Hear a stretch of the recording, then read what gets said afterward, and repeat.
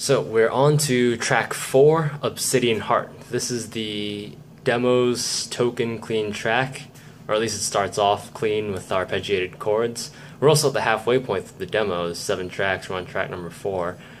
Like Apathy and Shadow, this song was written during the really early stage of the project, so it's really simple musically, but at the same time there are some intricate details that ended up playing a huge influence on my songwriting overall moving forward.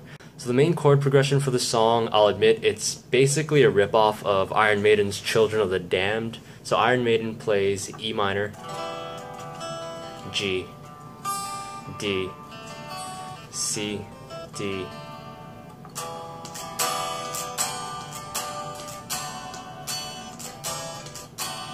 and then for the verses we get this E minor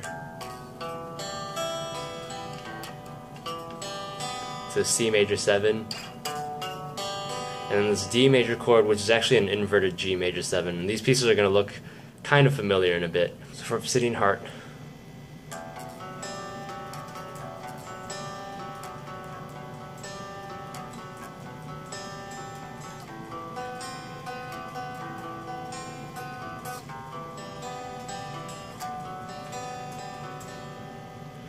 we start picking on an E add 9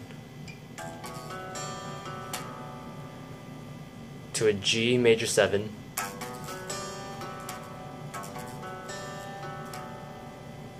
to an A minor add 9, and then we end on that same piece from Children of the Damned with the same strumming pattern from this song.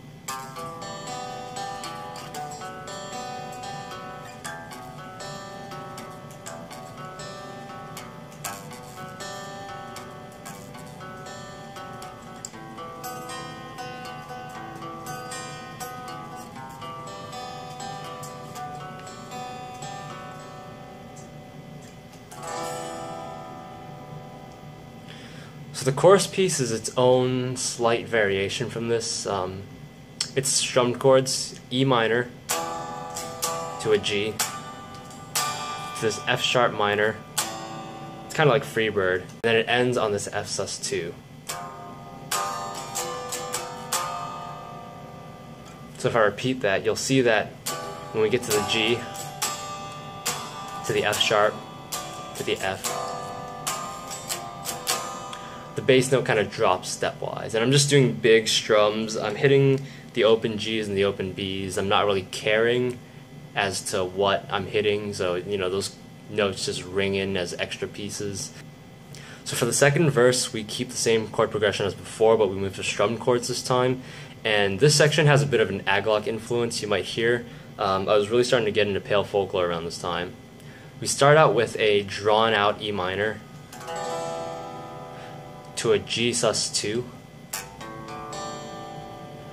to an A minor, to a C sus2, major 7, and then the same inverted G major 7.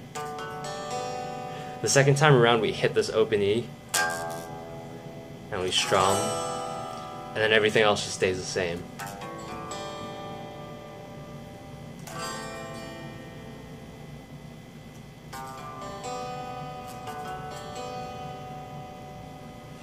On top of this we have harmonics. This is the first song that I wrote that started using the harmonics, and it ends up being on Wander and Keeper as well, over clean sections. All 3 of them being even numbered tracks, which is not just purely coincidence. It's definitely planned during the song ordering, and all of them end up being the more melodic pieces that have these clean breaks. I'm going to try and play the harmonics over the chords so you can get a good idea of how it flows. So over the E minor, we have E, B, D. We have a 5th fret B that follows the G chord.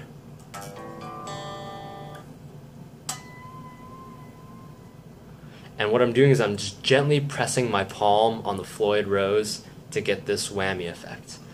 There's nothing over the A minor or the C. And then there's this 7th fret F sharp harmonic on top of the inverted G. And again, I'm using the palm of my hand to push down on the whammy bar. So there's nothing over the next E.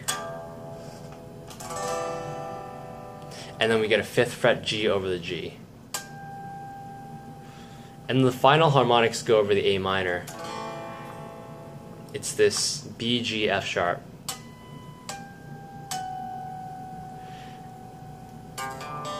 And then the overdrive hits on the D.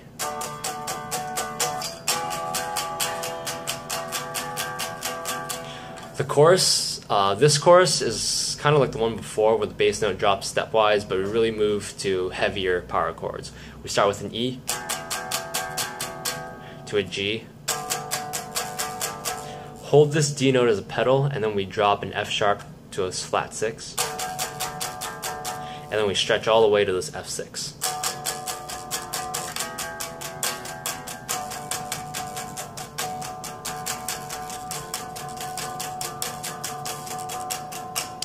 This was influenced by Bathory's A Fine Day to Die, which I did a lesson for a while back.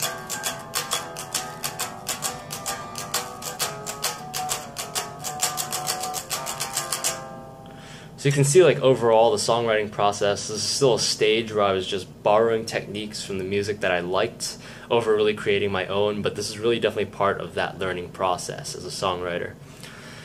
The part after this is a major transition to this lead section. It's tremolo picked lead. At a certain point in this, we actually get a triple layer of guitar, which is hell to mix, but I definitely learned a lot from doing that. The rhythm is just the power chord version of the main Iron Maiden riff.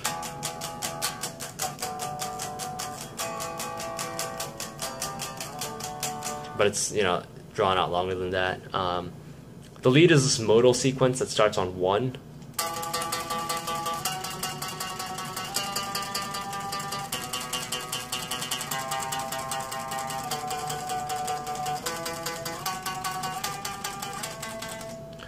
And then when we get to the repeat, the sequence gets bumped up to the 5.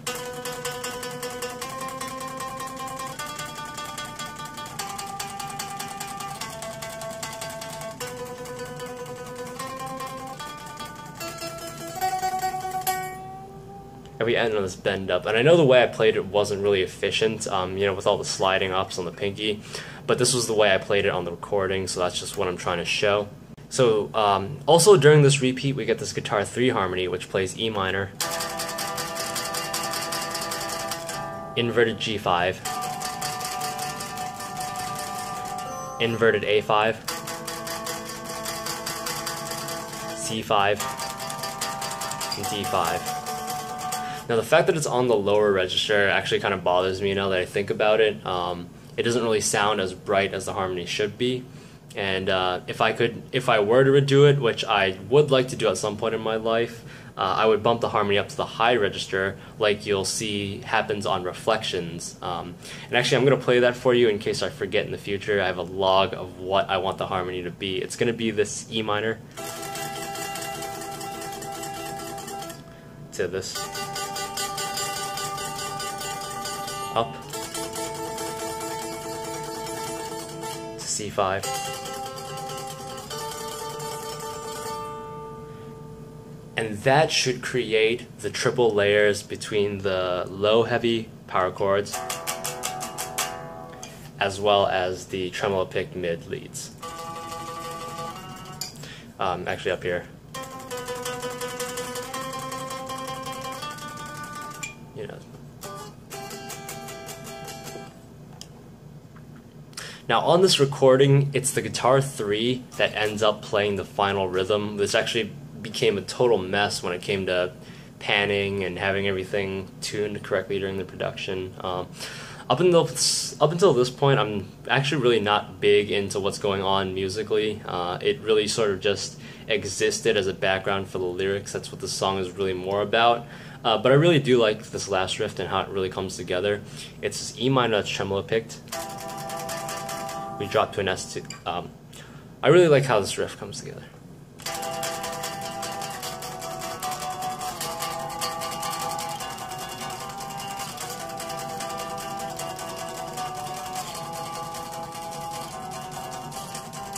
So it's E minor, tremolo picked. We drop to a sus2. We keep that harmony as a transition point to D major. And then we slide down to C major. Then we slowly climb up to C leading fourth to a power chord before sliding back to E. If you pay attention to my fingers, you can see that this riff is actually really streamlined, and I like that it's really efficient to play. I play the first beat of E minor with my index and ring, but then I drop the pinky down on the second beat to prepare for the stretch. On the climb back up to the C power chord, you can see this leaves my ring finger free, and I have my index finger held down this whole time, and it's ready to slide back up to the E minor. And that's why the ring finger's out, and then I have to do the little switch to the pinky again. So it's a bit of shuffling around, but it ends up being really efficient to play.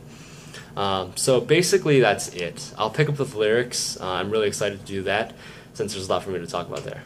And one last thing to add, just like on Shadow, the song before, when I upload the tab, you'll see that the tab actually looks really bad. Again, it's poorly done. It's written in halftime, so the measures are twice as long as they're supposed to be, and the notes are like, the double kicks are like 30-second notes.